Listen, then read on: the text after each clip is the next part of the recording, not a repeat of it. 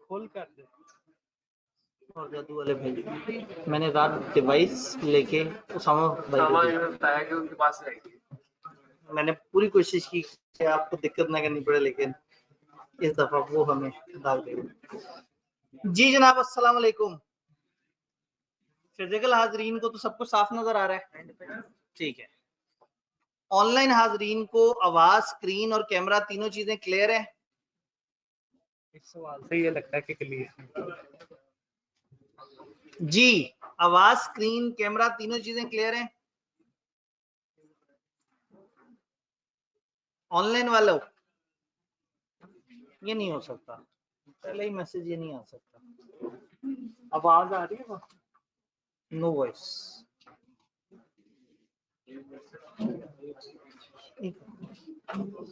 इसके मसले तो नहीं।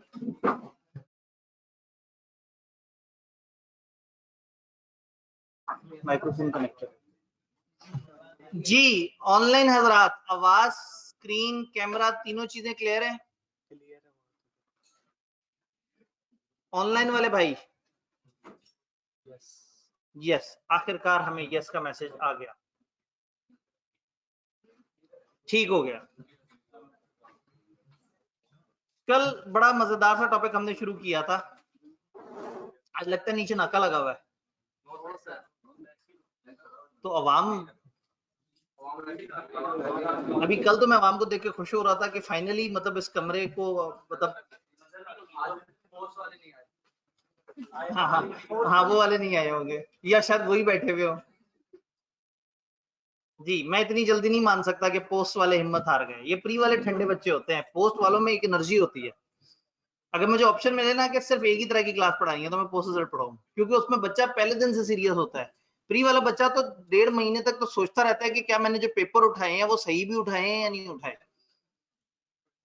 तो ये बड़े मसलो मसाइल है। उसके बाद जब वो सीरियस होता है, टीचर बहुत ही सीरियस हुआ होता है, तब तक वो फिर बस टीचर आगे भागा, वो टीचर की वो प्रीवियस रिकॉर्डिंग सुनता सुनता वो क्लास जो उसने लाइव में एडमिशन लिया तो उसको रिकॉर्डेड क्लास बना के अटेंड कर रहा होता है। अब जब रिकॉर्डेड क्लास होता है तो टीचर को फॉरवर्ड करना भी आसान हो जाता है। टीचर को डबल रफ्तार पे चलाया, ज्यादा बोर किया, उसने थोड़ा सा आगे कर दिया कि फालतू बातें कर रहा है, बीच बीच में उसने कोई काम की बात की होगी वो भी गई। हमारे साथ फिर कम होता है, कम बड़ा जुल्म होता है। स्टेप 1 टीचर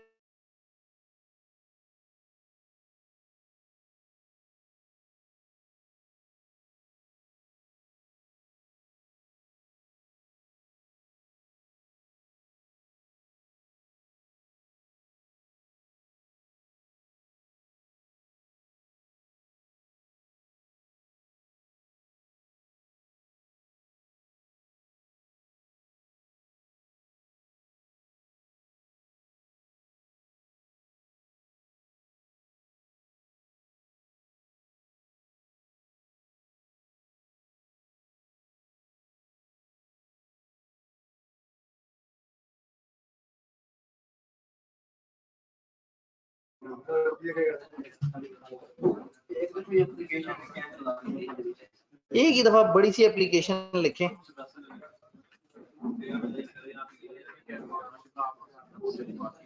जी, क्या अभी आवाज, स्क्रीन, कैमरा क्लियर आ रहे हैं? आवाज, स्क्रीन, कैमरा क्लियर है?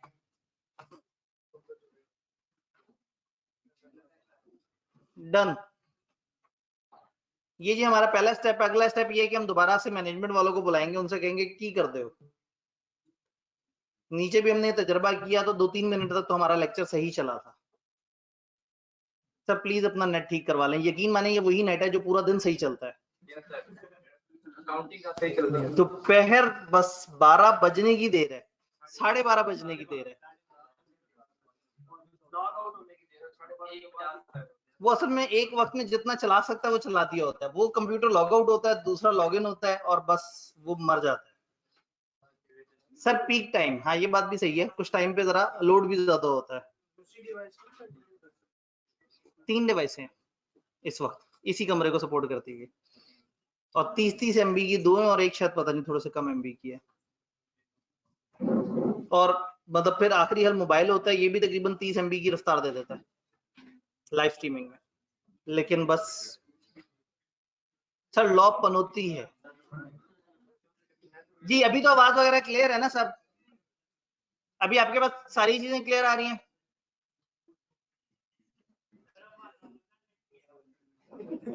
जी ऑनलाइन वालों सबको सही है, इनको सही आवाज आ रही है, हमारे अपने पास मौजूद। वही बात है कि यहाँ के नेट का मसला है, क्योंकि इस वक्त मैं मोबाइल पे हूँ। ठीक हो गया जी, अल्लाह खैर करे। अभी भी नहीं हुआ तो फिर इंतजामिया को जोर से हम याद करेंगे। हम लोगों ने पढ़ा था ट्रांसफरी का कॉन्सेप्ट और हमने पढ़ा था माइनर का कॉन्सेप्ट। दो मासूम से कॉन्सेप्ट पढ़े थे, ज्यादा पढ़ा नहीं था कल, लेकिन आप लोगों ने कोशिश की कि ज्यादा पढ़ा ही ना जा सके। ट्रांसफरी वो शख्स था जिसको एक बंदे ने अपना हिस्सा, टोटल हिस्सा, प्रॉफिट एंड एसेट्स उठा के ट्रांसफर कर दिया।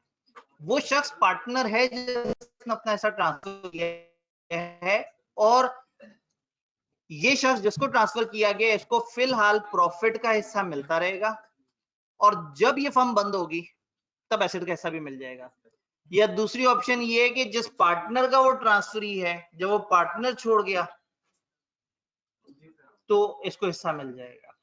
जब तक पार्टनरशिप चल रही है, ट्रांसफरी के पास कोई राइट नहीं है कि आके लड़े और कहे मुझे पैसे नहीं मिल रहे, मेरा हिस्सा दें, मेरा प्रॉफिट का हिस्सा दें। वो ये बात करेगा अपने रेलेवेंट उस बंदे से जो कि पार्टनर है, जिसने अपना शेयर ट्रांसफर किया है। हाँ, जिस दम पार्टनरशिप खत्म हो गई वो आके केस कर सकता है, वो उस वक्त अकाउंट्स भी मांग सकता है। वो आके कह सकता है मुझे अकाउंट्स दिखाएं ताकि मैं देखूं कि मेरा शेयर आपने सही कैलकुलेट किया या नहीं किया। लेकिन पार्टनरशिप बंद होने से पहले पहले ना वो अकाउंट्स मांग सकता है, ना वो कंपनी के बिजनेस में, फर्म के बिजनेस में इंटरफेयर कर सकता है। बट अगर पार्टनर छोड़ गया या फर्म बंद हो रही है तो उस वक्त वो आके अपने राइट्स इस्तेमाल करके अपने एसेट उठा के ले जाएगा। ये शख्स पार्टनर नहीं है, इसको सिर्फ और सिर्फ शेयर ऑफ पार्टनरशिप गया है, और इसको हम पार्टनर नहीं कहते हालांकि इसके पास शेयर है। ये उन एक्सेप्शंस में था। फिर एक स्टेप आगे गए थे, उसमें हमने पढ़ा था माइनर के बारे में। हमने कहा था कभी कभी कुछ लोग बाहमी रजामंदी से सारे पार्टनर्स किसी माइनर को किसी भी वजह से बीच में ले आते हैं। हमने देखी थी दो वजह हो सकती है, एक एग्जिस्टिंग बंदा अपने बच्चे को बीच में इन करना चाहता हो, या एक बंदा मर जाए और उसका शेयर वापस ना कर रहे हो तो बाकी पार्टनर मिलके उसके बच्चे को पार्टनरशिप में ऐड कर लें कि चलो ठीक है तुम्हें बेनिफिट्स में ऐड कर लेते हैं। फॉर एनी रीजन अगर सारे पार्टनर्स ने आपस में इत्तेहाद करके एक बच्चे को पार्टनरशिप में शामिल कर लिया और उसको कहा तुम हमारे बेनिफिट्स के पार्टनर बन जाओ, तो जब तक वो बड़ा नहीं हो जाता उसको सिर्फ बेनिफिट्स मिलते रहेंगे। तो जिस साल प्रॉफिट होगा उस साल उसको प्रॉफिट का शेयर मिलेगा, जिस साल प्रॉफिट नहीं होगा उसको कुछ नहीं मिलेगा। लेकिन अगर लॉस होगा तो उससे लिया भी नहीं जा रहा होगा, यानी ज्यादा से ज्यादा उसको अगर मिलेगा तो वो प्रॉफिट मिलेगा या हौसला मिलेगा, नुकसान नहीं मिलेगा। जब वो 18 साल का हो जाए और उसे पता भी हो कि मैं यहाँ पे पार्टनरशिप में एडमिट हुआ हूं, तो उसको चाहिए कि 6 महीने में नोटिस दे दे। दूसरा केस ये हो सकता है कि उसको पता नहीं है जबकि वो 18 साल का हो चुका है, तो जब उसे पता लगे उसके 6 महीने के अंदर अंदर नोटिस दे दे, और नोटिस में पब्लिकली बताए, पब्लिकली अवाम को बताए। नॉर्मली अखबारी इश्तिहार देता है बंदा, अवाम को पब्लिकली बताए कि मैं इस पार्टनरशिप का पार्टनर बन रहा हूं। अगर वो खामोश रहता है तो हम ऑटोमेटिकली अज्यूम करेंगे कि वो पार्टनर है, क्योंकि रूल ये था कि वो जब बड़ा होगा तो पार्टनर बन जाएगा। अगर उसे इनकार करना है तो नोटिस में इनकार कर दे, तो वो नोटिस दे के यस कह दे या नोटिस ही ना दे, दोनों का मतलब हम यही समझेंगे कि वो हमारा पार्टनर बनने पे तैयार है। और अगर वो चला जाता है इनकार करके तो फिर वो हमारी पार्टनरशिप में नहीं है। अब अगर वो इनकार कर देता है तो जिस दिन उसने इनकार किया उस दिन तक का उसका स्टेटस होगा माइनर बेनिफिट्स वाला, चाहे वो 21 साल का हो गया, लेकिन हम उसको बेनिफिट वाला स्टेटस उस डेट तक देंगे। उस डेट के बाद उसका हिसाब किताब करके उसको उसके एसेट देंगे और उसे चलता कर देंगे। लेकिन अगर वो डिसाइड करता है कि नहीं जी मैंने पार्टनर बनना है, तो फिर एक नई कैलकुलेशन होगी इस चीज की कि वो जो जिस वक्त से वो एडमिट था बेनिफिट्स में, उस वक्त से लेके अब तक की लाइबिलिटीज जो उसने शेयर नहीं की थी उसका हिस्सा उसे देना पड़ेगा, जितना उसका बनता अगर वो पहले दिन से पार्टनर होता। क्योंकि पहले वो छोटा बच्चा था उसको तकलीफ नहीं देते थे, अब वो बड़ा है और अब वो पार्टनरशिप में एज अ पार्टनर एंटर हो रहा है, तो अब हम उसे कहेंगे कि बड़ों ने जो तकलीफ उठाई तुम भी वो तकलीफ उठाओ ताकि हम तुम्हें भी बराबर रैंक का पार्टनर बना सकें। तो ये एक ओवरऑल बड़ा लॉजिकल सा फिनोमेना था जिसको हमने डिस्कस किया। इसके कल भी बहुत सारे सवाल थे और आई बिलीव कि आज भी बहुत सारे सवाल हो सकते हैं। कोई मसला नहीं, हम तैयार हैं। ट्रांसफरी पे मुझे बताइए, बल्कि ट्रांसफरी या जो माइनर वाला केस है, दोनों में कोई सवाल? राइट ऑफ ट्रांसफरी में दूसरा पॉइंट है, दूसरे का दूसरा point, on the dissolution of firm, firm के बंद होने पे, और on retirement of transferring partner, जब फर्म बंद हो जाए या वो पार्टनर रिटायर हो जाए, इस बंदे के पास क्या हक है? क्या हक है? पहला हक, इसको एसेट्स का हिस्सा मिलेगा। दूसरा हक, ये अकाउंट्स को देख सकता है, ये चेक कर सकता है, देख सकता है, ये अंदाजा लगा सकता है कि जो मुझे एसेट्स का हिस्सा दे रहे हैं वो सही कैलकुलेशन से दे रहे हैं। अभी तक तो ये अकाउंट्स में नहीं घुस सकता था, लेकिन अगर ये अपना हिस्सा लेने आया है दो में से किसी एक वजह से, तो उस दिन ये उनसे अकाउंट्स भी डिमांड कर सकता है, रिकॉर्ड भी देख सकता है, और ये चेक कर सकता है, अंदाजा लगा सकता है कि मुझे जो एसेट्स का हिस्सा दे रहे हैं वो कैलकुलेशन सही की है या गलत की है। तो इसमें इंग्लिश है, अकाउंट्स मांग सकता है from the date of dissolution for the purpose of ascertaining the share, अपने शेयर का अंदाजा लगाने के लिए, आइडिया लगाने के लिए कि मेरा कितना हिस्सा बनता है, वो उस वक्त अकाउंट्स मांग सकता है, पहले नहीं मांग सकता था। लेकिन अब जब वो फाइनल सेटलमेंट करने आया है, कहेगा जरा मुझे सारे हिसाब किताब दिखाओ और फिर मुझे बताओ मेरा कितना बनता है। जी फिजिकल हाजिरीन,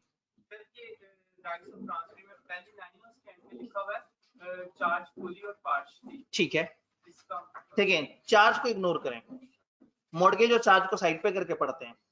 अ पार्टनर में transfer his interest in the firm, यहां पे रुक जाते हैं, फुली और पार्शली।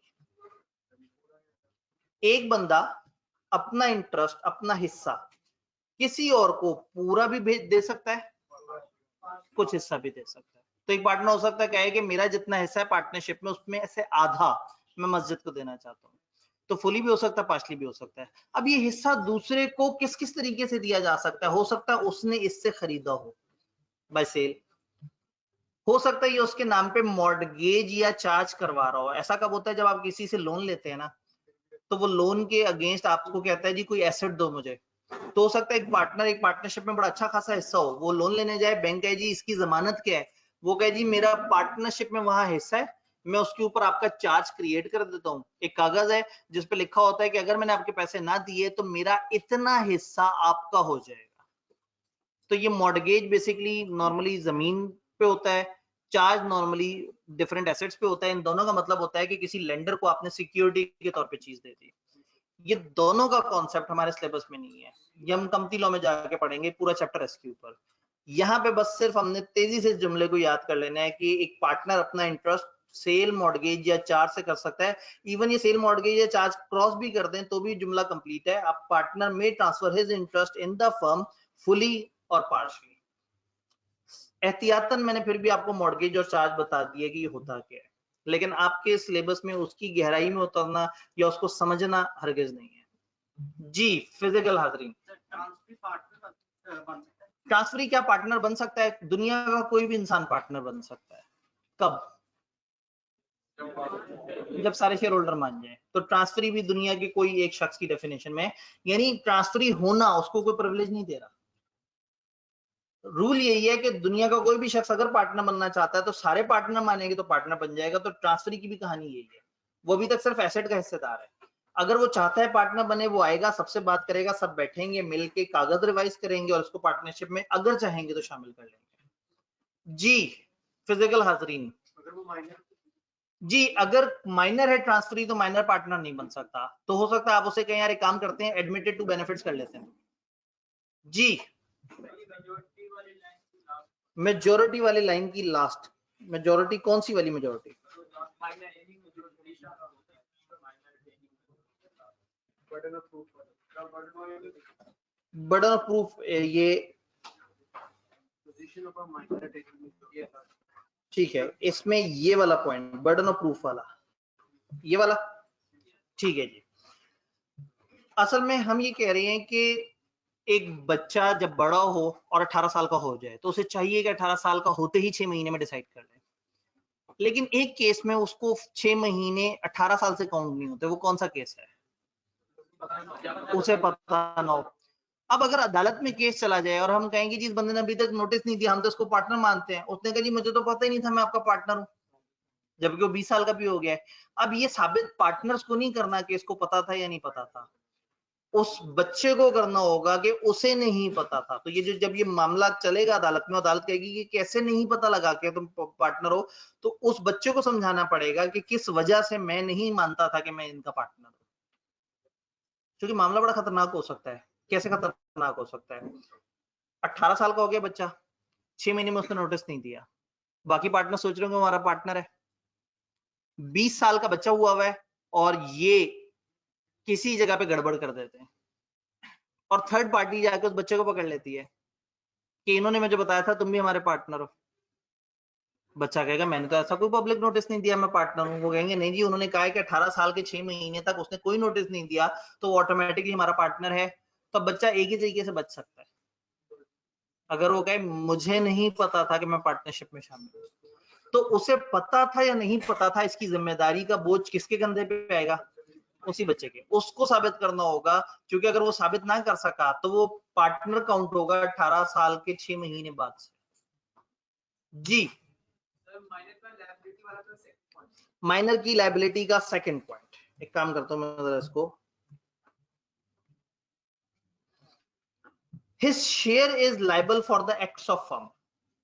वो फर्म के लिए लायबल नहीं है, उसका प्रॉफिट का हिस्सा लायबल है। कल को फर्म ने कोई नुकसान कर दिया तो इसको जो प्रॉफिट का हिस्सा मिलना था वो नहीं मिलेगा।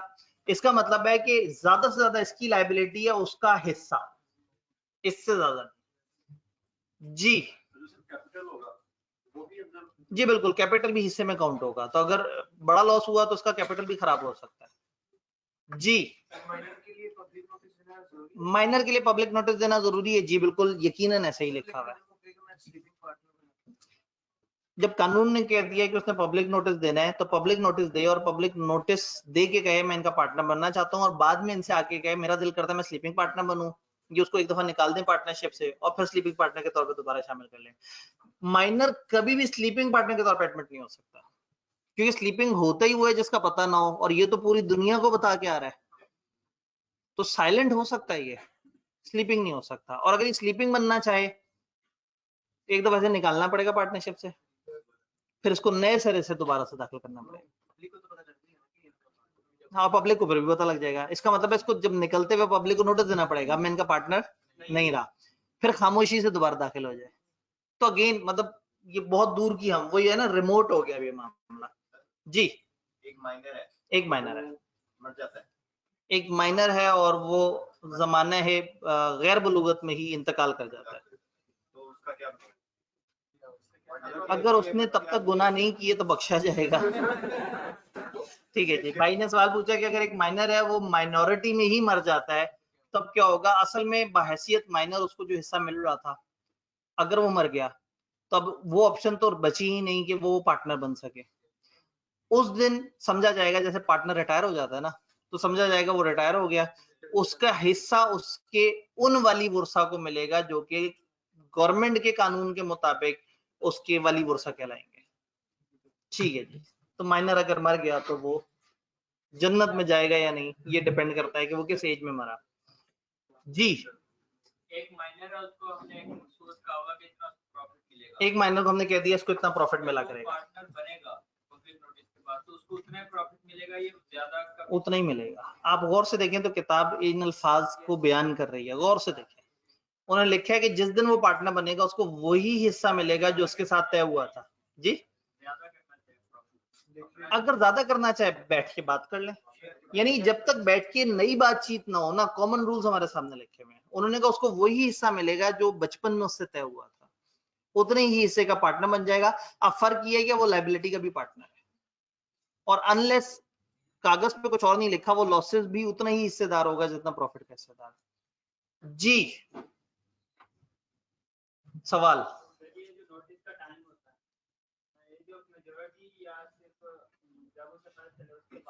बिल्कुल नहीं, लेटर ऑफ।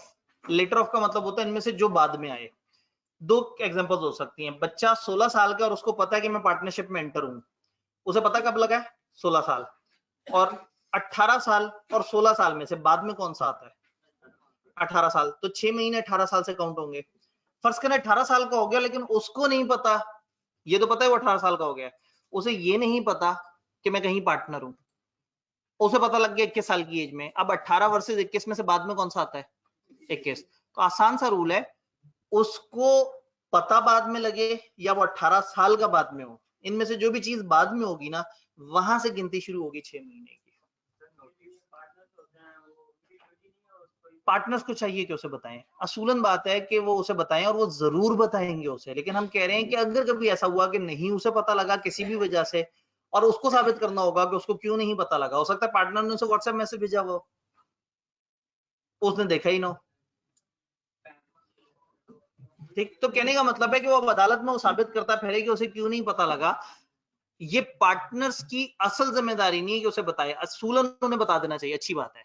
लेकिन ये बच्चे की जिम्मेदारी है कि उसने पब्लिक नोटिस देना है। हमने तो क्या कह दिया, हमने कह दिया अगर वो नहीं भी नोटिस देगा ना, वो पार्टनर है, वो खामोश भी रहे तो भी पार्टनर है। अगर 6 महीने गुजर जाए 18 साल होने का या उसको पता लगने के, तो उसको एक्सप्रेसली इनकार है तो एक्सप्रेसली बताने, इकरार है तो खामोश भी रहे तो वो ओके हो जाएगा। यहां नेगेटिव कंफर्मेशन अलाउड है। हमने एक जगह पढ़ा था नहीं अलाउड होती, वो कोई गलत कानून था, कोई पुराना कानून था, वो 150 साल पुराना कानून था। ये कोई 85 साल पुराना कानून है जी।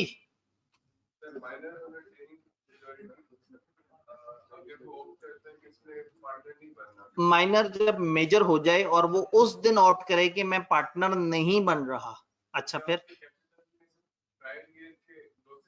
नहीं, अगर वो डिसाइड करता है कि मैं पार्टनर नहीं बन रहा, तो किताब में जुमला लिखा हुआ है, उसका status of minor admitted to benefit उस दिन तक काउंट होगा जिस दिन उसने इनकार कर दिया। तो वो बेनिफिट्स का ही पार्टनर काउंट होगा और उसके बाद अपना हिस्सा लेके निकल जाएगा, उसको लाइबिलिटीज का शेयर नहीं मिलेगा। बट अगर उसने कह दिया कि मैं पार्टनर बनना चाहता हूं, फिर उसे लाइबिलिटीज का शेयर मिलेगा। जी जनाब। जी, जब वो छोड़ के जा रहा है या जब उसको हिस्सा मिलेगा, क्या वो गुडविल का हिस्सेदार होगा? अगर वो एक पार्टनर है और उसके साथ एक शेयर तय हुआ है, तो सारे एसेट्स का हिस्सेदार है, और सारे एसेट्स में प्रॉपर्टी ऑफ द फर्म आती है, प्रॉपर्टी ऑफ द फर्म में गुडविल भी आती है, तो वो गुडविल का भी उतने ही हिस्सेदार है जितना कोई और पार्टनर। जी, सामने के तमाम जबरदस्ती वाले सवाल। माइनर 16 साल का हुआ तो बड़ों ने उसे बता दिया कि तुम हमारे पास पार्टनर हो, तो अब अगेन बर्डन ऑफ प्रूफ किसके ऊपर है? तो माइनर अगर अदालत में जाके कहेगा जी मैं तो बस भूल गया, मुझे तो नहीं पता लगा, तो कहें चलो तुम छोटे थे भूल गए, जब 18 साल के हुए मतलब तुम्हारे अकाउंट में पैसे आते रहे, मतलब तुम्हें टॉफियां लोग भिजवा रहे हैं, तुम्हें पैसे भिजवा रहे हैं, तुम्हें नोटू आ रहे हैं, तुम्हें यही नहीं पता लग रहा कि ये कहां से आ रहे हैं।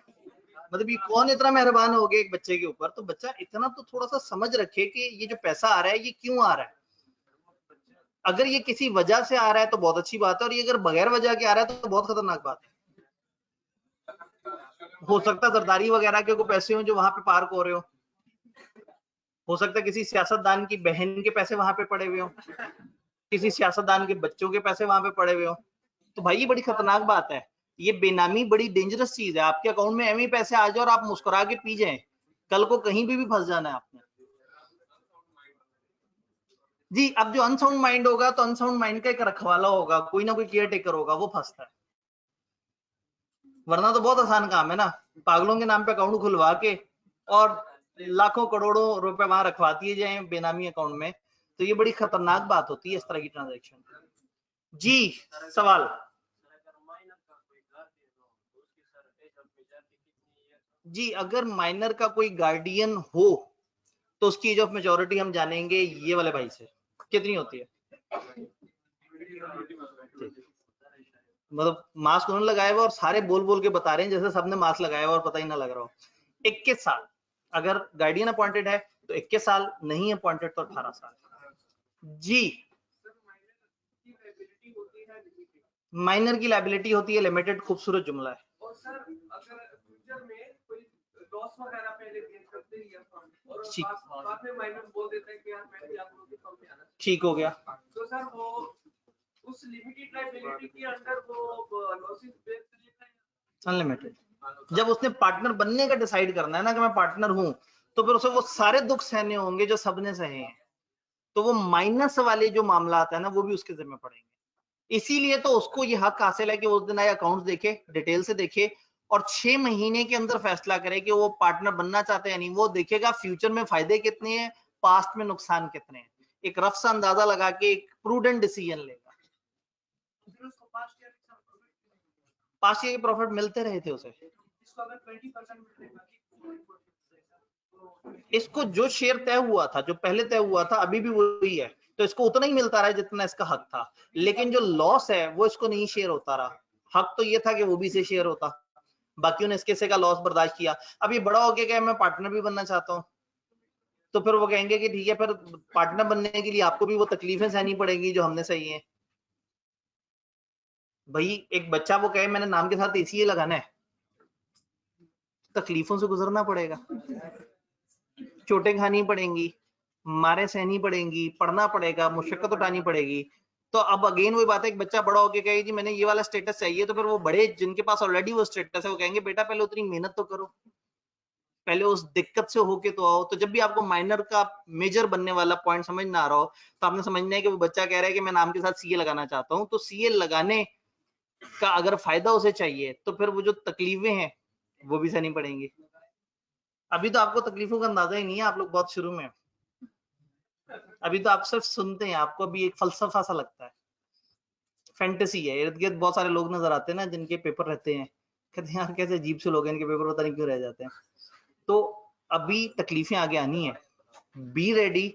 मजे की बात है बहुत अच्छे से अच्छे लाइक बच्चे भी यहाँ पे कई दफा एक आध पेपर बिला वजह रह जाता है। इसलिए नहीं कि वो नालायक होते हैं, इसलिए कि उनकी कंपेटेबिलिटी नहीं होती। कई दफा हर सब्जेक्ट का अपना मिजाज है। अब लॉ है, इसका एक अलग मिजाज है, अकाउंटिंग है, उसकी एक अलग दुनिया चल रही है। बहुत अच्छा मैथ वाला बच्चा अकाउंटिंग में जरूरी नहीं कि चले, तो इसमें दिक्कत है। सीए के अंदर मैं एक बात बता दूं, अगर आप में से कोई इंटेलिजेंट है तो ये जहन में रखे कि इंटेलिजेंस से ज्यादा यहाँ हार्डवर्क काम आती है। मेहनत वाला बंदा बहरहाल सीए में आगे चला जाता है। जो बहुत लायक होता है वो कम पढ़ता है और कई दफा वो कम पढ़ने की वजह से नहीं पास कर पाता, और उस बंदे को अपने ऊपर कॉन्फिडेंस इतना होता है कि वो डिमोटिवेट होकर सीए से भाग जाता है। जो मेहनती बंदा है ना, उसे पता है कि अच्छा नहीं हुआ कोई बात नहीं, मैं मेहनत करके दोबारा ट्राई करूंगा, हो जाएगा। तो मेहनत वाली चीज कभी भी नहीं छोड़नी, अकलमंद जितने मर्जी भी हो आप। यहाँ मेहनत ज्यादा काम आती है। एक ही चीज को बार बार, एक एक सवाल को 3-3 दफा करने वाला बंदा ज्यादा आसानी से पास कर रहा होता है। तो यहाँ थोड़ा सा ना, मतलब ये फील आपको मेहनती ज्यादा बना देती है, स्ट्रगल करने की आदत डाल देती है। माइनर ट्रांसफरी कोई जेन्युइन सवाल?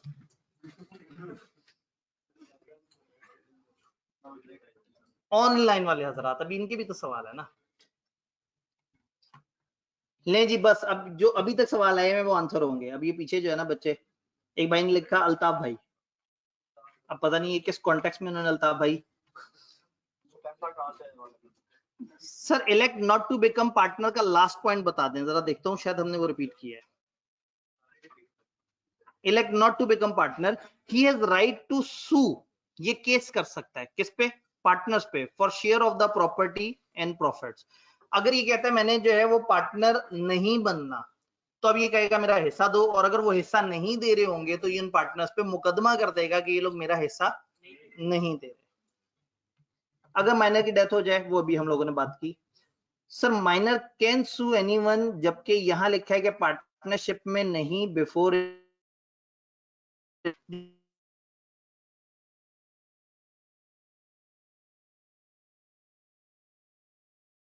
ये बताया है कि अगर वो पार्टनर नहीं बनता तो वो इस तरह से केस कर सकता है।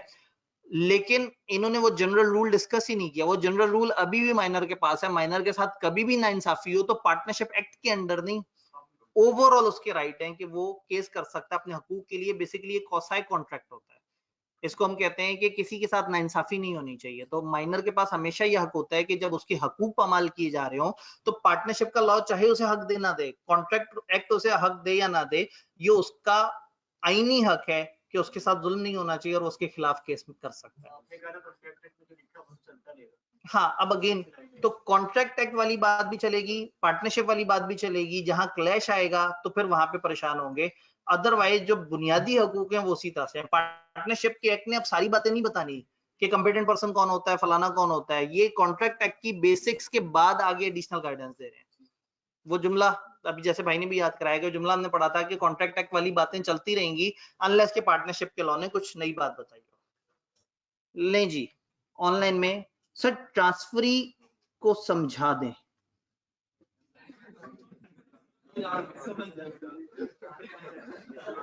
ये जो है ना, ये कंफर्म जो है ना, ये लेक्चर से भागा हुआ बच्चा है। भाईजान ऐसे ना करें, ये ट्रांसफरी के ऊपर तो बहुत लंबी चौड़ी बात हुई और आज नहीं, हम 2-3 दिन पहले से बात करते आ रहे हैं। ठीक है जी। और सर मॉर्गेज और चार्ज फुली पार्शली, ठीक है, वो वाली बात हम लोगों ने एक और भाई के सवाल में कर दी थी। Sir can he sue the firm later on if record doesn't match the assets he receive. अगर उसको एसेट जो मिले और बाद में पता लगा रिकॉर्ड के मुताबिक कम मिले उसे, तो क्या वो केस कर सकता है? यस, उसका हक है कि उसके साथ धोखा हुआ है, वो केस करके मजीद एसेट मांग सकता है जब उन्होंने उसके साथ नाइंसाफी की। सर जब माइनर पार्टनर बनेगा तो टाइम स्पेन उससे मिलेगा, जो टाइम स्पेन उससे मिलेगा सोचने के लिए, either he want to be a partner or not to, उस ड्यूरेशन में हम डिटेल अकाउंट्स उसे प्रोवाइड करेंगे नहीं। जब तक वो फाइनल डिसीजन नहीं ना देता तब तक हम उसे माइनर ही काउंट कर रहे हैं, हालांकि वो बड़ा हो गया है। जिस वक्त वो फाइनल डिसीजन देगा कि हाँ मैं बनना चाहता हूँ या नहीं बनना चाहता हूँ, फिर तो पार्टनर बन गया, अब हर चीज ओपन हो गई। नहीं बनना चाहता तो हम उसके साथ वो अकाउंट शेयर करेंगे जो कि हिस्से की कैलकुलेशन के लिए होंगे और वो उसके अंदर कोई भी चीज डिमांड कर सकता है। पेज नंबर 66 की सेकंड लास्ट लाइन, सामने वाली लाइन में से वो कौन सी है? पेज 66 पे सेकंड लास्ट लाइन, इस पेज की भी सेकंड लास्ट लाइन है। His share is not liable. His share is not liable for any act of firm after the date of public notice. उसने 22 तारीख को कहा मैंने पार्टनर नहीं बनना, 23 तारीख को पार्टनरशिप ने किसी के साथ एग्रीमेंट कर लिया, इसका कोई कसूर नहीं होगा। इसने जब कह दिया कि मैं पार्टनर नहीं बन रहा, तो बाद के होने वाले किसी भी वाक्य, किसी भी लॉस, किसी भी चीज का ये जिम्मेदार नहीं, और ना इसका हिस्सा जिम्मेदार है। उनको 5 दिन बाद लाखों करोड़ों का नुकसान हो जाए, इसके हिस्से से नहीं मांग सकते। इसने जिस दिन नोटिस दिया था उस दिन जो हिस्सा बनता था इसको वो मिलेगा। इसके इनकार के बाद होने वाले मामलात की जिम्मेदारी इसकी नहीं है। डिसेबिलिटी का सेकंड पॉइंट आई गेस ये पहले एक भाई ने पूछा था, नहीं, ये पार्टनर्स पे प्रॉफिट या प्रॉपर्टी एसेट्स के लिए केस नहीं कर सकता। कब तक नहीं कर सकता? जब तक कि उस पुराने मामले में है। जिस दिन वो कहता है मैंने डिस्कनेक्ट करना है, या जिस दिन वो कहता है मैंने पार्टनर बनना है, दोनों सूरतों में उसके पास ये राइट आ जाएगा कि वो केस कर सकता है। नॉर्मली वो केस करता ही तब है जब कहता है कि जी मुझे आपके साथ नहीं रहना, मुझे मेरा हिस्सा दे। और जब हिस्सा देने की बात आती है तो फिर वहां पे जरा नॉर्मली झगड़े होते हैं। पैसा आपको पता है अच्छी चीज नहीं होती। वही सवाल रिपीट हो रहे हैं।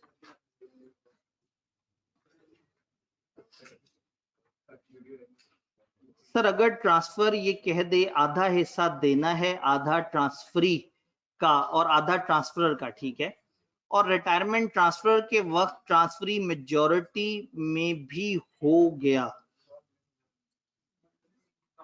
तो ट्रांसफरर का भी हाफ उसे ही प्रॉफिट मिलेगा। ये ट्रांसफरी को मेजॉरिटी का ताल्लुक तो ट्रांसफरी से नहीं था, ये माइनर और ट्रांसफरी को आपस में इन्होंने मिक्स कर दिया। डन। फिजिकल सवाल हमने पहले खत्म कर लिए थे, ऑनलाइन सवाल भी खत्म कर लिए, अब पढ़ना पड़ेगा, अब कुछ नहीं हो सकता।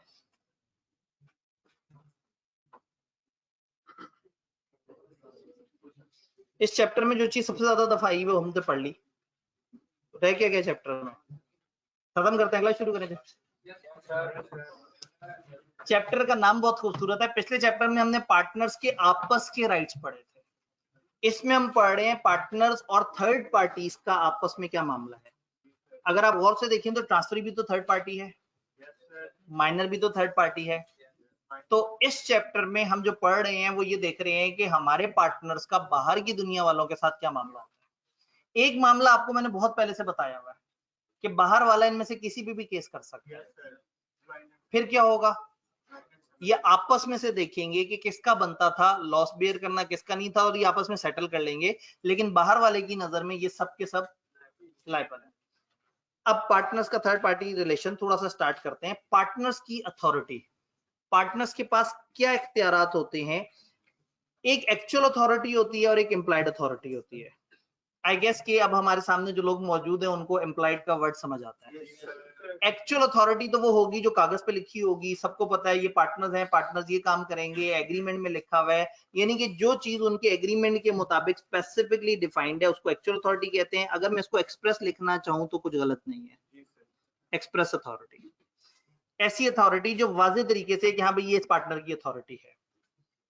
फिर हम बात करेंगे इंप्लाइड अथॉरिटी की। एक काम करते हैं, इसे गाइड कर देता हूं। इंप्लाइड अथॉरिटी, इंप्लाइड का मतलब क्या होता है? जो समझी जाएगी।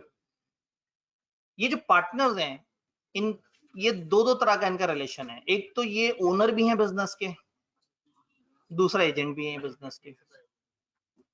तो सोच के बताएं, अगर 3-4 पार्टनर्स मिलकर एक पार्टनरशिप चला रहे हैं, तो मैं एक आम आदमी हूं, मुझे नहीं पता कि इन्होंने कागज पे क्या लिखा हुआ है। मुझे ये पता है कि ये 4 दोस्त हैं, ये पार्टनर है, ये बिजनेस इनका है। तो वो बिजनेस चलाने के लिए क्या क्या कर सकते होंगे, वो लोग क्या इख्तियारात होंगे उनके पास? सारे भाई पार्टनरशिप फर्म के वो मालिक हैं, वो 4 बंदे एक दूसरे के एजेंट भी हैं। तो अब बिजनेस चलाने के लिए वो क्या क्या कर सकते होंगे? एक बिजनेस चलने के लिए क्या क्या करना होता है? वो कॉन्ट्रैक्ट्स कर सकते होंगे, हर जायज काम कर सकते होंगे। ये बात ध्यान में रखनी है, लीगल चीज ही हम डिस्कस कर रहे हैं इन सारे चैप्टर्स में। हर जायज काम कर सकते हैं, एम्प्लॉइज रख सकते हैं, लोन ले सकते हैं बैंक से फर्म के लिए, जो सही है वो कर सकते हैं। बिजनेस बिजनेस की प्रॉपर्टी, बिजनेस के लिए कोई एसेट्स वगैरह खरीद सकते हैं और दूसरों के बिहाफ पे डील कर सकते हैं, इन्वेस्टमेंट्स कर सकते हैं, क्लाइंट से डील कर सकते हैं, कॉन्ट्रैक्ट्स तय कर सकते हैं। अजान नहीं, ठीक है, नहीं अजान हल्की सी आवाज आती है, अजान ब्रेक कर लेते हैं।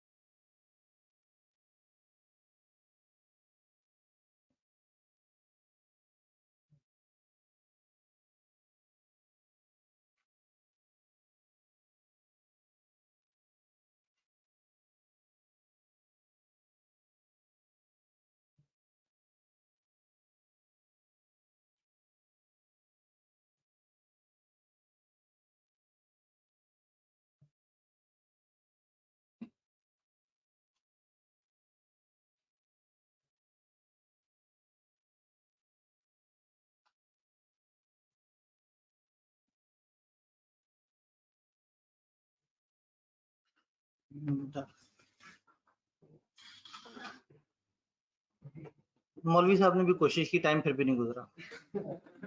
अब तो पढ़ना पड़ेगा।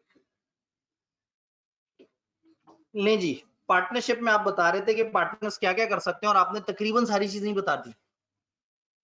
ऑब्वियस सी बात है कि अगर कुछ लोग बिजनेस के पार्टनर हैं, यानी कि बिजनेस के मालिक हैं और बिजनेस के एजेंट भी हैं, तो बिजनेस चलाने के लिए, और बिजनेस भी ऐसा है जिसका अपना कोई नाम नहीं है, पार्टनरशिप अपने नाम पे कुछ नहीं कर सकती। पार्टनरशिप तो अपने नाम पे एसेट भी नहीं खरीद सकती। इन्होंने ही खरीदने हैं, इन्होंने ही डील करना है, इन्होंने ही सारे मामला देखने हैं, इन्होंने इसके बिहाफ पे लीगल केसेस में बढ़ चढ़ के हिस्सा लेना है, इसके बिहाफ पे एसेट्स को डील करना है, लायबिलिटी सेटल करनी है, कॉन्ट्रैक्ट्स करने हैं, मामला डील करने हैं। तो सारे वो काम जो किए जा सकते हैं ओनर्स के लिए, वो ये लोग कर रहे हैं। तो यहाँ आप लोगों ने ये याद नहीं करना कि ये क्या कर सकते हैं, ये तो तकरीबन सब कुछ कर सकते हैं। किताब ने फिर भी एक लिस्ट दे दी और कहा ये तो है ही है, इसके अलावा भी बड़ा कुछ कर सकते हैं। तो यहाँ ये याद रखना है कि ये क्या नहीं कर सकते। वो कौन सा ऐसा काम है जो पार्टनर बगैर बाकी पार्टनर से पूछे नहीं कर सकता। इसका मतलब ये हुआ कि पार्टनर की एक्सप्रेस अथॉरिटी में तो वो आता है जो लिखा हुआ है, मिस्टर ए तुम ये 4 तरह के काम करोगे, तो उसकी अथॉरिटी वही है जो वो 4 तरह के काम है। अगर हम कहेंगे उसकी इंप्लाइड अथॉरिटी, तो हम कहेंगे हर वो काम जो एक ओनर ऑफ द बिजनेस अपने बिजनेस के वसीदर मफाद में कर सकता है, वो ये कर सकता है, सिवाय एक लिस्ट ऑफ टास्क के। बिजनेस लॉ में बड़ा कम होता है कि एक लंबी सी लिस्ट दी हुई हो, तो जब भी कहीं कोई लिस्ट नंबर नजर आए और उसमें 4-5 से ज्यादा पॉइंट हो, तो उसको याद जरूर कर लिया करें। कभी कभी कुछ रट्टे वाले सवाल उन लिस्टों से आ जाते हैं। तो यहाँ पे एक लिस्ट है हमारे पास, कौन से केसेस हैं। ये तो वो वाली बातें हैं जो वो कर सकते हैं, बाय कर सकते हैं, सेल कर सकते हैं, कॉन्ट्रैक्ट कर सकते हैं, अकाउंट डील कर सकते हैं, सर्वेंट्स एम्प्लॉय कर सकते हैं, चेक्स ड्रॉ कर सकते हैं, मूवेबल प्रॉपर्टी को ऐसे कर सकते हैं, फलाना कर सकते हैं, फलाना कर सकते हैं। इस लिस्ट को बस एक दफा पढ़ के मुस्कुरा देना है, ऐसे, इसमें परेशान नहीं होना। याद करना है तो इस लिस्ट को याद करना है। वो कौन से काम हैं जो बाकी पार्टनर से पूछे बगैर, बाकी पार्टनर से पूछे बगैर आप नहीं कर सकते। तो अब आपसे कोई पूछे जी एक पार्टनर की क्या एम्प्लॉयड अथॉरिटी, आप कहेंगे बिजनेस चलाने के लिए हर वो काम जो इस लिस्ट में नहीं दिया गया वो कर सकते हैं। ये वो लिस्ट है कि ये वाले काम आप बगैर बाकियों से पूछे नहीं कर सकते। इसमें क्या क्या चीज है? आर्बिट्रेशन, किसी सालिश को बीच में ले आना। कभी कभी आप अदालत की तरफ नहीं जाते, किसी भी मामले का, दो पार्टीज के दरमियान कोई मामला है तो आप किसी पंचायत के पास चले जाते हैं, किसी ट्रिब्यूनल के पास चले जाते हैं, किसी एक को अपने दरमियान सालिस बना लेते हैं। प्री रिजल्ट वालों ने इसके ऊपर कुछ बातें पहले भी पढ़ी हुई हैं। तो पार्टनर्स अपनी फर्म का मामला आर्बिट्रेशन में बगैर बाकियों से पूछे नहीं ले आ सकते। ऐसा नहीं होगा कि एक पार्टनर उठ के खुद ही जाके एक पंचायत से बात कराए जी हमारा मसला अब आपने डील करना है। यानी कि आर्बिट्रेशन की तरफ जाने का फैसला सारे पार्टनर्स कलेक्टिवली करेंगे तो होगा, अकेला पार्टनर ऐसा नहीं कर सकता। बात समझ आई? देन बैंक अकाउंट, फर्म का बैंक अकाउंट फर्म के बिहाफ पे अपने जाती नाम में ओपन करना अलाउड नहीं है। फर्म का बैंक अकाउंट अपने जाती नाम पे अलाउड नहीं है, तो फिर किसके नाम पे हो? फर्म का तो नाम लीगल है ही नहीं, सारे के सबके नाम पे कंबाइंड। अकेला पार्टनर अपने नाम पे बगैर बाकियों से पूछे नहीं कर सकता। हाँ, अगर सारे मिल के तय कर दें, यार मिस्टर शकील के नाम पे कर लेते हैं, अगर सारे एग्री कर रहे हैं फिर ठीक है। ऐसा नहीं होगा कि पार्टनर जाके कहे जी एक जरूरत थी अकाउंट खुलवाने की, मैंने सोचा अपने नाम से खुलवा लूं, मैं भी वही हूँ, फर्म भी वही है, हम सब तो वही है, प्यार मोहब्बत वाली बातें। तो कर सकता है अगर बाकियों से इजाजत ले ली हो। तो बगैर इजाजत लिए, इसलिए मैंने ऊपर लिख दिया जो बाकी पार्टनर से पूछे बगैर नहीं कर सकते। ये काम मना नहीं है, पूछ के इजाजत है। अकेला कोई भी पार्टनर ये इख्तियार नहीं रखता कि बगैर बाकियों से पूछे ये वाले काम करे। तो बैंक अकाउंट अपने नाम पे आप नहीं ओपन करवा सकते जब तक सारे पार्टनर्स एग्री ना हो। कंप्रोमाइज, कंप्रोमाइज का मतलब होता है कि कई दफा आप किसी केस में दरमियान में कोई सुलह सफाई की तरफ आ जाते हैं। फर्म के ऊपर एक केस चल रहा है, वो लोग कह रहे हैं जी इन्होंने हमारे 20 लाख देने हैं, इन्होंने हमारा नुकसान किया, हमने पूरा करवाना है। फर्म वाले भी मानते हैं कि जुल्म तो हमसे हुआ है, लेकिन वो भी अदालत का केस खींची जा रहे हैं। तो कभी कभी ना दोनों पार्टी तंग आ जाती हैं कि अदालत का केस चलता रहेगा, 20 लाख का नुकसान है, 40 लाख रुपया हमारा वकीलों पे लग जाना है। तो ये आपस में बैठ के ना कोई कंप्रोमाइज कर लेते हैं। जिसने पैसे लेने हैं वो कहते हैं यार देखो तुम्हें भी पता है तुमने पैसे देने हैं, आज नहीं तो कल मैंने जीत जाना है, लेकिन तुम भी तंग हो रहे हो, मैं भी तंग हो रहा हूँ। उसने कहा जी मैं इसलिए तंग हो रहा हूँ, मेरे पास है नहीं, होते तो मैं क्यों आपके केस को लटकाता, मैं आपको पैसे दे देता। तो चलो यार एक काम करते हैं, मुकमुका करते हैं, 14 लाख दो, उतारते हैं इसको, केस को सर से उतारते हैं, तुम भी सुकून में मैं भी सुकून में। ऐसे अरेंजमेंट को कंप्रोमाइज कहते हैं। कंप्रोमाइज का मतलब है जिसमें किसी लीगल केस के अंदर आप थोड़ा सा कम अमाउंट पे सेटल कर जाते हैं। तो पार्टनर अपनी फर्म के ब्याह पे किसी और जगह जाके किसी को डिस्काउंट दे आए कि जी आप पे केस तो हमने 20 लाख का किया, लेकिन जाए चलें 14 लाख में डन करते हैं, ये अलाउड नहीं है। आप कंप्रोमाइज नहीं कर सकते, खत्म नहीं कर सकते, कम नहीं कर सकते कोई भी क्लेम या portion of a claim by the firm. Firm ने जो किसी पे क्लेम किया हुआ है कि आपसे हमें इतना पैसे चाहिए, तो कोई पार्टनर उठ के बगैर बाकियों से पूछे अदालत में जाके ही नहीं कह सकता जी चाहिए तो ज्यादा, लेकिन चले कोई बात नहीं हम कम पे तैयार हैं, इनसे कहीं कम दे दें। तो खत्म नहीं कर सकते, कम नहीं कर सकते जब तक बाकियों से ना पूछे। हाँ, अगर सबने मिलकर तय कर लिया है तो आप डिस्काउंट दे सकते हैं इस तरह का, जिसको हमने रेमिशन पढ़ा था ना, रेमिट करना, तो बेसिकली वो वाली बात हो रही है।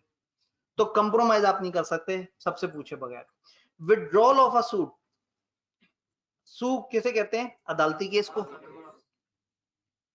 विड्रॉल वापस लेना, अदालत में केस चल रहा है और पार्टनर बैठ के सोच रहे हैं चलो इस केस में हम जीत जाएंगे, इतनी रिकवरी होगी, अचानक से एक पार्टनर की अदालत में, उसने कहा जी मैं उन सबका पार्टनर हूं, मैं सोच रहा हूँ केस वापस ले लूं। तो बगैर बाकियों की इजाजत के कोई अकेला पार्टनर जाके केस वापस नहीं ले सकता। लाइबिलिटी एक्सेप्टेंस, किसी जगह आप कोई लाइबिलिटी एडमिट नहीं करेंगे जब तक कि बाकी पार्टनर्स तैयार नहीं है। अदालत में उन्होंने आपको कहा कि जी देखें जी फलाना बंदे ने आप सारी फर्म पे इल्जाम लगाया है कि आप लोगों ने इनके 50 लाख रुपए देने हैं। बंदा पहुंचा हुआ एक वहां पे अपनी फर्म के ब्याह पे, उसने कहा हाँ जी वाकई पैसे तो देने हैं। ऐसे नहीं होगा, बगैर बाकियों से पूछे आपने किसी जगह पे कोई लाइबिलिटी एडमिट नहीं करनी, किसी लाइबिलिटी को ओके नहीं कर देना। अगर आप गौर से देखें तो ज्यादातर अदालती मामला है। फिर जी ओके कर दिया तो वो अथॉरिटी में नहीं आता था, वो माना नहीं जाएगा। एक्विजिशन, इमूवेबल प्रॉपर्टी, प्रॉपर्टी नहीं बोल रहा, इमूवेबल प्रॉपर्टी बोल रहा हूँ, वो क्या होती है, जमीन, बिल्डिंग और इस तरह की चीजें। फर्म के बिहाफ पे आप एक इमूवेबल प्रॉपर्टी यानी कि जमीन, बिल्डिंग वगैरह नहीं खरीद सकते जब तक कि सब ना मान जाए। मतलब फर्म के लिए आप एसेट खरीद सकते हैं, माइक खरीद सकते हैं, कंप्यूटर खरीद सकते हैं, लेकिन जमीन नहीं खरीद सकते, बिल्डिंग नहीं खरीद सकते। इमूवेबल एसेट आप सिर्फ सब पार्टनर्स की रजामंदी से खरीद सकते हैं, अकेला पार्टनर ये इख्तियार नहीं रखता। इसी तरह से इमूवेबल प्रॉपर्टी को ट्रांसफर करना, फर्म की प्रॉपर्टी किसी और को बेच देने का हक अकेले पार्टनर के पास नहीं है। ये मैं खाली इमूवेबल प्रॉपर्टी की बात कर रहा हूं, मूवेबल के साथ आप कर सकते हैं। अपनी पार्टनरशिप के बिहाफ पे किसी और पार्टनरशिप में एंटर हो जाना, कई बार पार्टनरशिप्स की भी पार्टनरशिप होती है, एक पार्टनरशिप है एक काम के लिए, एक दूसरी पार्टनरशिप है दूसरा काम कर रही है, ये लोग आपस में मिलकर सोचते हैं कि हम लोग मिलकर एक बड़ी पार्टनरशिप बनाते हैं और ये एक बड़ा वाला प्रोजेक्ट कर लेते हैं। अब 4 पार्टनर में से एक बंदा वहां जाके कह दे कि हाँ जी हम सब आपके पार्टनर बनने के लिए तैयार हैं, जबकि बाकी पार्टनर से इसकी बात ना हुई हो, तो बगैर बाकियों से पूछे पार्टनरशिप में एंटर नहीं हुआ जा सकता। अपनी फर्म को किसी पार्टनरशिप में दाखिल नहीं करा सकते जब तक के सारे पार्टनर्स तैयार ना हो। तो अब आपसे अगर कोई पूछे एम्प्लॉयड अथॉरिटी क्या, आप कहेंगे हर वो काम जो owners of the business business करने के लिए लेजिटिमेट लीगल वे में कर सकते हैं वो उनकी अथॉरिटी है, सिवाय एक लिस्ट के जो काम बगैर बाकी पार्टनर से पूछे नहीं हो सकते। और वो लिस्ट क्या है, आर्बिट्रेशन, सालसी में नहीं जा सकते, किसी को अपना सालिस नहीं बना सकते, किसी को बीच में नहीं लेके आ सकते कि जी आप आए आप हमारा फैसला करें, जब तक कि सारे पार्टनर्स तैयार ना हो। बैंक अकाउंट अपने नाम पे नहीं ओपन करवा सकते बगैर बाकियों से पूछे। कंप्रोमाइज नहीं कर सकते किसी भी लीगल केस को विड्रॉ नहीं कर सकते, किसी भी जगह लाइबिलिटी एक्सेप्ट नहीं कर सकते, इमूवेबल कर सकते, किसी एक्सेप्ट प्रॉपर्टी नहीं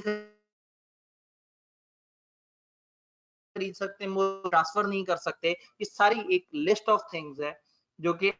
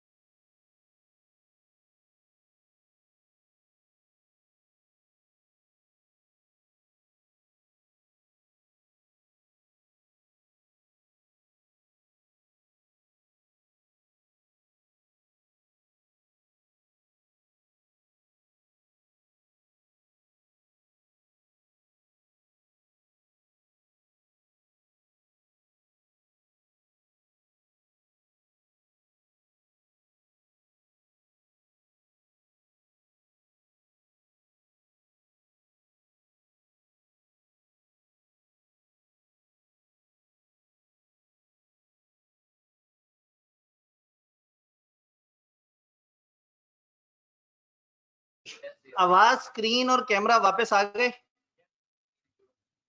आपके पास? आ गए वापस? जी वापस आ गए।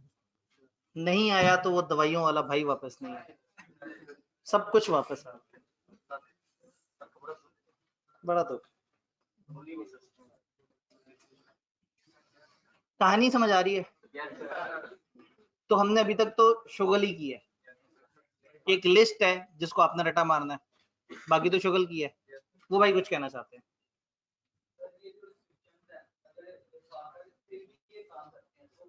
ये अगर रिस्ट्रिक्शन और पार्टनर फिर भी ये काम करे, बाकी पार्टनर उसकी जिम्मेदारी नहीं लेंगे, वो वाला पार्टनर जिसने जानते बूझते लॉ को फॉलो नहीं किया वो पर्सनली लायबल होगा उस हरकत के लिए। अब अगेन वही वाली बात है ना कि जो पार्टनर कहे कि मैंने मुझे नहीं पता था कि ये रिस्ट्रिक्शन है, तो ये बात तो हम लोगों ने पहले पढ़ी हुई है कि इग्नोरेंस ऑफ लॉ तो एक्सक्यूज है ही नहीं, और इतनी कोई लंबी लिस्ट भी नहीं है। और पार्टनर्स अगर पार्टनरशिप चला रहे हैं तो कम से कम उन्हें पार्टनरशिप का कानून तो पता होना चाहिए। फिर भी अगर कोई पार्टनर ऐसा करे तो उसने जो काम किया वो हम अथॉरिटी में काउंट नहीं करेंगे, और जो अपनी पार्टनर अपनी अथॉरिटी से निकल के काम करेगा वो खुद जिम्मेदार होगा उन पार्टीज को जिसके साथ उसने डील किया है। पार्टनर्स उसके काम की जिम्मेदारी नहीं लेंगे। क्या चीज? जो थर्ड पार्टी है ना, थर्ड पार्टी का नुकसान हुआ, थर्ड पार्टी के साथ इसने डील किया और इसने अपनी अथॉरिटी से निकल के किया, वो थर्ड पार्टी जो किसी पार्टनरशिप से डील कर रही है उसे भी पता होना चाहिए था कि कौन से काम ये लोग नहीं कर सकते बगैर सबसे पूछे, तो उसको उन सबकी रजामंदी लेने के बाद उनसे जमीन खरीदनी या बेचनी चाहिए थी, फॉर एग्जाम्पल। जी ये भाई कुछ कह रहे थे? इवन देन जब लॉ ने एक लिस्ट दे दी है ना कि जी ये वाला काम आप नहीं कर सकते, तो बस फिर हमें फॉलो करना है। जी बात समझ आई? अथॉरिटी समझ आ रही है? कुछ और रिस्ट्रिक्शंस भी हो सकती हैं। एक तो हमने कह दिया ना, लॉ ने एक रिस्ट्रिक्शन लगा दी कि ये वाली चीजें आपको मना है। कभी पार्टनरशिप डीड में भी ऐसा हो सकता है कि आप डीड में लिख दें कि ये 3 काम कोई पार्टनर नहीं करेगा जब तक सारे रजामंद ना हो। भाई एक तो लिस्ट लॉ ने बता दी, लॉ ने कह दिया ये 7-8 तरह के काम है जो आप बगैर बाकियों से पूछ नहीं कर सकते। आप चाहें तो अपने पार्टनरशिप एग्रीमेंट में भी कोई एडिशनल रिस्ट्रिक्शन लगा दें इनके अलावा भी। हम में से कोई तक नहीं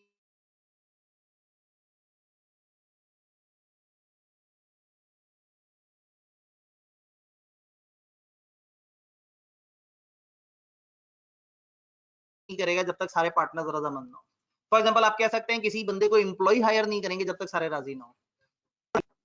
आपस में आपने पार्टनरशिप डीड में, तो पार्टनरशिप डीड जो है वो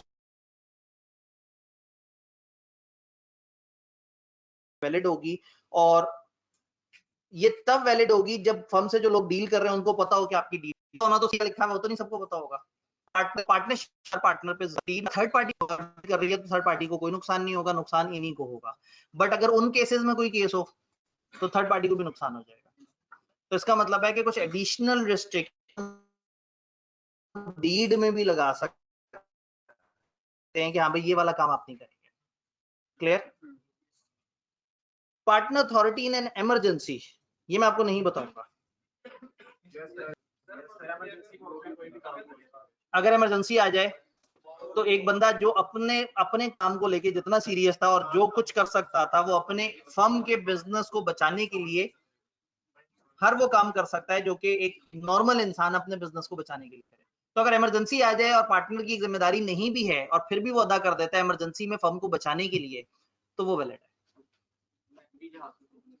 जैसे वो सामान जो बहरी जहाज से आ रहा था या वो छोटी सी कश्ती से आ रहा था और उस पर डूब गया था, तो अगेन मतलब हमारे दरमियान पोस्ट वाले लोग भी मौजूद हैं, अगर कभी भी कोई इमरजेंसी हो और उस इमरजेंसी में कोई भी पार्टनर इमरजेंसी से बचाने के लिए, फॉर एग्जांपल पार्टनर ने जिम्मेदारियां डिफाइन की हुई थी कि ये पार्टनर एसेट्स को डील किया करेगा, ये पार्टनर अकाउंट्स को डील किया करेगा, एसेट एक बिल्डिंग से दूसरी बिल्डिंग में अगर मूव होना है तो सिर्फ एक ही पार्टनर कर सकता है, बट अचानक से इस बिल्डिंग में आग लग गई और पार्टनर ने वो एसेट उठा के साथ वाली बिल्डिंग तक मूव कर लिए, तो बाकी पार्टनर ये नहीं कहेंगे कि तुम्हारे जिम्मे तो था ही नहीं एसेट्स में डील करना, तुमने क्यों डील किया।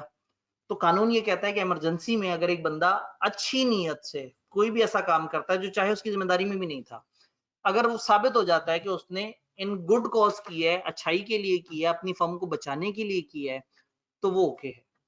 A partner has authority in an emergency to do all such acts. हर वो काम कर सकता है for protecting the firm from loss, firm को लॉस से बचाने के लिए हर वो काम कर सकता है। कैसा काम? As would be done by a person, जैसा कि एक ऐसा बंदा करे जो कि ऑर्डिनरी प्रूडेंस रखता है, ऑर्डिनरी अकल शऊर रखता है, in his own case under similar situation. अगर इसके अपने घर में भी आग लगी होती तो भी इसने एसेट वहां से मूव किए होते। तो ये पार्टनरशिप को भी अगर अपना घर मानता था और पार्टनरशिप में भी अगर आग लग गई और उसने वहां से भी एसेट उसी तरह ट्रांसफर किए, अब इस दौरान अगर इससे कोई गलती हो गई तो इसको बख्श दिया जाएगा, क्योंकि इसने एक नॉर्मल अक्ल शऊर रखने वाला बंदा इमरजेंसी में जिस तरह से बचने की और बचाने की कोशिश करता है, अगर साबित हो जाए कि इसने वैसे ही कोशिश की है तो इसको फिर कोई नहीं पकड़ेगा। क्लियर? भाई का सवाल।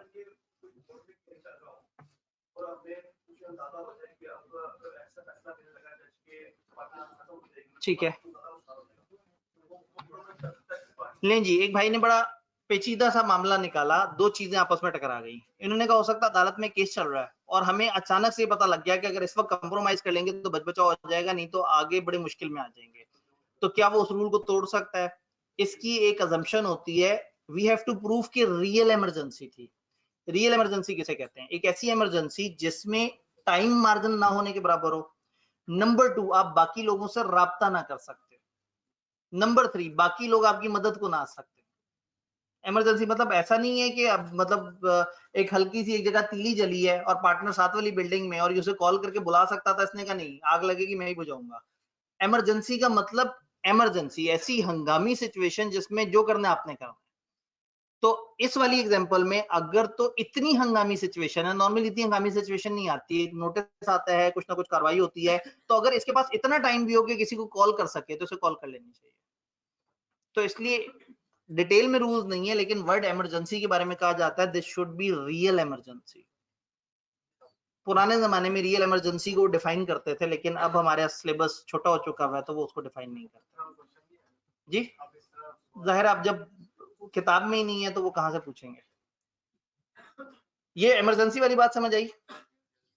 अगर एक पार्टनर ने अपनी एक्चुअल अथॉरिटी से बाहर निकल के काम किया, उसकी अथॉरिटी नहीं थी, कागज पे नहीं लिखी थी, लेकिन अथॉरिटी से बाहर निकल के किया, वो सोचता था कि हाँ भाई मेरी जिम्मेदारी है, मुझे करना चाहिए, और बाद में बाकी पार्टनर्स कहते हैं हाँ इसने सही किया, तो उसने सही किया। रेटिफिकेशन याद है? रेटिफाई करना, बाद में तस्दीक कर देना कि पहले वाला। तो हम ये कह रहे हैं कि अगर एक पार्टनर अपनी एक्चुअल अथॉरिटी से बाहर निकल के काम करता है तो other partners may approve such unauthorised act with retrospective effect. Accounting की जबान का एक वर्ड है, रेट्रोस्पेक्टिव का मतलब होता है from the past date count होगा। इसका मतलब है कि अगर 22 तारीख को उसने एक एक्शन किया और 27 को बाकी पार्टनर्स ने कहा कि उसने 22 को जो किया था हम मानते हैं कि वो सही था, तो फ्रॉम द 22 तारीख ही उसका वो एक्शन वैलिड माना जाए। तो अगर एक पार्टनर ने अपनी बजाहिरन अथॉरिटी से बाहर निकल के काम किया, थर्ड पार्टी कंफ्यूज हुई और उसने बाकी पार्टनर से पूछा कि हाँ भाई ये बंदे के पास अथॉरिटी थी, उन्होंने कहा हाँ उसने जो किया वो हमारे लिए किया। तो अगर एक बंदा अपनी अथॉरिटी से बाहर निकल के भी काम करे और बाद में बकाया पार्टनर उसको अप्रूव कर दे, तो ये ऐसे ही है जैसे उसके पास शुरू से इजाजत थी। बाय रेटिफिकेशन, रेटिफिकेशन से क्या होता है? Partner can remove any doubt, कोई भी डाउट जो है ना लोगों के जहन में वो खत्म हो जाएगा। किस चीज का डाउट? कि उस बंदे की अथॉरिटी थी या नहीं थी, और वो other party, knowledge of the other party that partner did not have actual authority. Confusion हो गई ना, एक बंदे ने काम कर दिया अपनी अथॉरिटी से निकल के, अब दो तरह की कंफ्यूजन है।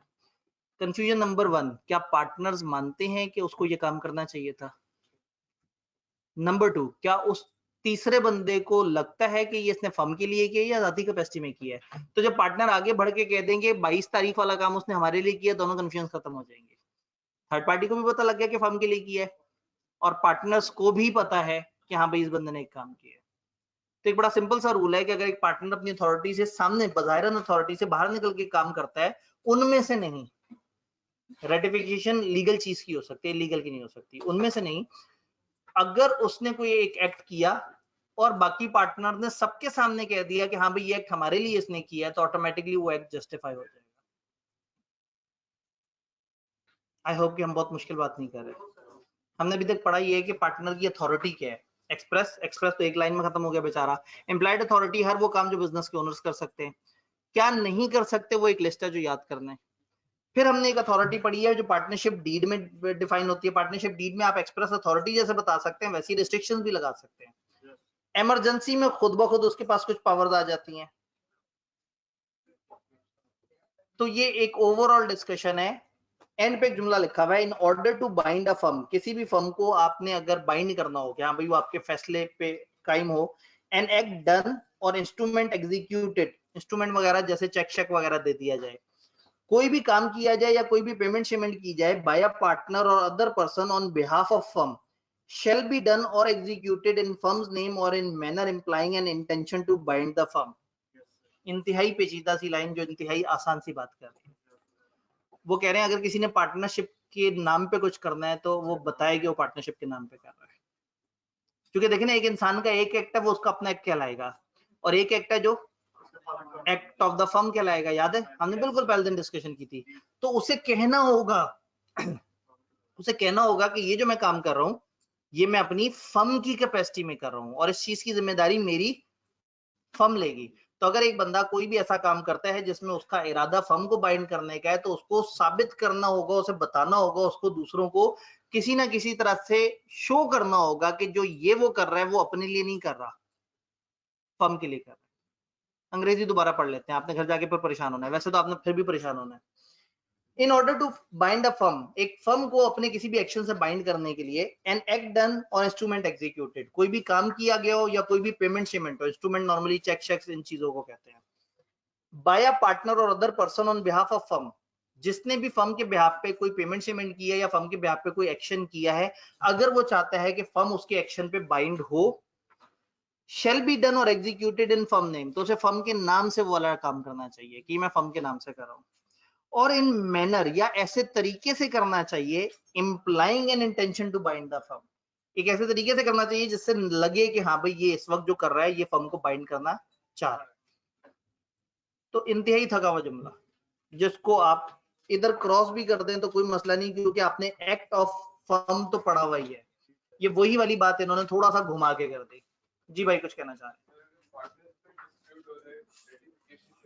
अगर पार्टनर में डिस्प्यूट हो जाए, रेटिफिकेशन तब होगी जब सब मान जाएंगे, वो रेटिफिकेशन होगी। हाँ, अगर वो सब नहीं मानते तो हम देखेंगे कि इसने जो काम किया अगर वो वाला था जो सबकी रजामंदी से होना चाहिए तो फिर वो काम गलत। जी बात समझ आई? Liability of partner in firm आपको आता है? नहीं यकीन आ रहा, दिखा दूं? अभी देख ले, आपको आता है ये liability of a partner for act of a firm, joint and several liability, कह दें कि नहीं आता? अंग्रेजी भी पढ़ लेते हैं।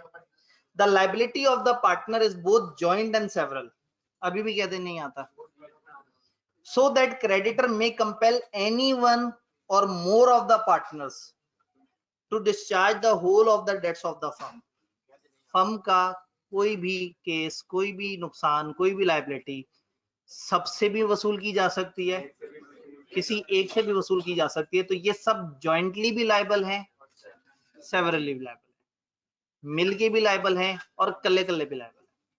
हमारी आधी एग्जांपल्स ही होती थी कि एक पार्टनर से सारा वसूल हो गया, वो बेचारा फिर रोता हुआ बाकी सबसे रिकवरी कर रहा होता था। तो ये वही वाली बात है। अवाम के चेहरे पे मायूसी, हम यहाँ ब्रेक लगा सकते हैं। एक भाई ने कहा कल जुम्मा भी है, ठीक है जी। चलें, एक्ट ऑफ फर्म समझ आया? उसी से रिलेटेड एक्ट ऑफ फर्म आपको समझ आया? अगर एक पार्टनर चाहता है कि मेरे एक्ट पे फर्म लायबल हो तो वो क्या करेगा? फर्म के नाम पे करेगा। अब अगर एक पार्टनर आके कहीं किसी चीज को एडमिट करता है, लायबिलिटी नहीं, कोई भी चीज एडमिट, फर्ज करें एक कॉन्ट्रैक्ट एक्ट हो रहा है, एक पार्टी थर्ड पार्टी का फर्म के साथ कॉन्ट्रैक्ट हो रहा है और एक पार्टनर आगे जाके अगर कोई चीज एडमिट करता है फर्म के नाम पे, तो कब मानेंगे कि उसने फर्म के नाम पे एडमिट किया है? जब वो फर्म के नाम पे एडमिट करे या कुछ ऐसा करे जिससे ये असर शो हो क्यों फर्म, या तो फर्म की जगह पे बैठ के कर रहा हूं, या वही बात है कि अगर स्कैन्स के अंदर मैं आपको पढ़ा रहा हूं तो ये ऑटोमेटिकली आपको समझ आ जाएगा कि ये स्कैन्स के कहने पे पढ़ा रहे हैं। तो कोई भी चीज अगर एडमिट करनी है तो फिर ऐसे करनी है कि सबको पता लगे कि ये फर्म के नाम पे आप कर रहे हैं, या आपके एक्शन से साबित हो रहा हो कि आप फर्म के नाम पे कर रहे हैं। अच्छा, बाहर के किसी बंदे ने अगर फर्म को नोटिस देना है तो क्या वो फर्म को नोटिस दे या किसी पार्टनर को नोटिस दे? फर्म किसे कहते हैं? पार्टनर अगर अलग अलग शहरों में हो, जब उसने पैसे लेने थे तब तो किसी भी एक पार्टनर को पकड़ लिया था, तो क्या नोटिस देते हुए किसी एक पार्टनर को ना पकड़े? एक पार्टनर को उसने नोटिस दिया, वो कब ये कंसीडर करेगा कि ये नोटिस सबको चला गया मेरी तरफ से? जब वो देते हुए उसे बताया कि ये जो तुम्हें नोटिस दे रहा हूँ ये सबके लिए, और जब नोटिस लेने वाला ये कहे कि हाँ जी मैंने वसूल पाया सबके बिहाफ, वही सिंपल बात यहाँ पे अल्फाज में लिखी हुई है। इसको अंग्रेजी देख लेते हैं, बस हमारी गुफ्तगू तमाम। Effect of admissions by a partner, ये एडमिशन का मतलब है एडमिट करना, दाखिले वाला नहीं है ये। एनी एडमिशन या जुमला made by a partner is valid against the firm, वो फर्म के लिए कब वैलिड होगा? इफ सच एडमिशन और जुमला relates to the affairs of the firm and such admission or जुमला made in ordinary course of business. अगर उसने firm के बिजनेस में रहते हुए फर्म के लिए कोई जुमला दिया है, कोई बात की है, कोई रिप्रेजेंटेशन दी है, कोई चीज ओके की है, तो अगर तो उसने फर्म के ऑर्डिनरी कोर्स ऑफ बिजनेस में रहते हुए फर्म के लिए वो जुमला कहा है तो वो जुमला फर्म के लिए कहा है। यानी हम कह ही रहे हैं कि एक बंदे की इंडिविजुअल और जो उसकी फर्म वाली कैपेसिटी है उसको हमने अलग अलग कर देना। Effect of notice to an active partner, any notice to a partner operate as a notice to the firm. Partner को भेजा गया नोटिस, फर्म को भेजा गया नोटिस कंसिडर होगा अगर फॉलोइंग कंडीशन मीट हो जाए। कौन सी है? ये नोटिस फर्म के अफेयर से रिलेटेड होना चाहिए। भाई एक बंदे ने दूसरे को नोटिस भेजा कि तुम्हारा टैक्स ड्यू है जरा जमा करा दो, तो ये फर्म से तो नहीं रिलेट करता ना। हाँ, उसको नोटिस दिया तुम्हारी फर्म का टैक्स ड्यू है, फर्म से रिलेट करता है। नंबर 2, वर्किंग पार्टनर को दिया, स्लीपिंग पार्टनर को नोटिस नहीं दिया, उसको नोटिस दिया जिसके बारे में सबको पता है कि ये है partner. There must not be any fraud committed by partner receiving the notice, और पार्टनर जिसने रिसीव किया नोटिस उसकी भी नीयत खराब ना हो। तो अगर हम एक नोटिस दें एक ऐसे शख्स को जो एक्टिव पार्टनर है और उसको नोटिस फर्म के मामले का दें, उसके जाती मामले का ना दें, और ऐसे में कोई और गड़बड़ भी ना हो, तो नॉर्मली एक पार्टनर को दिया गया नोटिस वुड बी कंसिडर कि वो फर्म को नोटिस दिया गया। कल को फर्म वाले मुकर जाएं तो ये पार्टनर जिम्मेदार होगा। तो ये बहुत ही जेनेरिक सी डिस्कशन है जिसमें उन्होंने बताया है कि कब आप फर्म के लिए जिम्मेदार हैं और कब फर्म के लिए जिम्मेदार नहीं है। तीनों कंडीशन जी। अब अगेन वही बात है कि स्लीपिंग का पता ही तो नोटिस कैसे जाएगा, और अगर उसे पता था तो फिर वो स्लीपिंग किस बात का हुआ? तो इसका मतलब है कि उसने एवं ही अपनी तरफ से किसी बंदे को नोटिस दे दिया जो कि उसको भी नहीं पता था कि पार्टनर है। तो एक्टिव पार्टनर को नोटिस देना है, फर्म के मामले का नोटिस देना है, और इस इरादे से नोटिस देना है कि ये नोटिस फर्म के लिए दिया जा रहा है। डन। आज हमने थोड़ी सी खुश्क बातें पढ़ी, लेकिन बहरहाल एक ही तरह की बात बार बार रिपीट हो रही थी, तो मेरे ख्याल में 2 सफ़े बन गए या 1.5 सफ़ा बना? दिखाएं जरा किताब। 1.5 सफ़ा, बस इतना सा।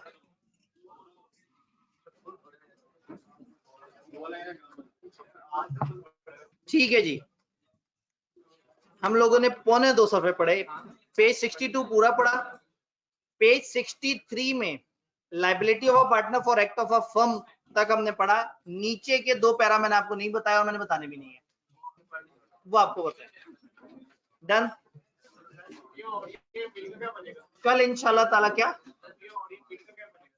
गवर्नमेंट अनाउंस कर रही है, मेरे तक अभी ऐसी खबर नहीं पहुंची, जब करने लगी होगी तो देख लेंगे।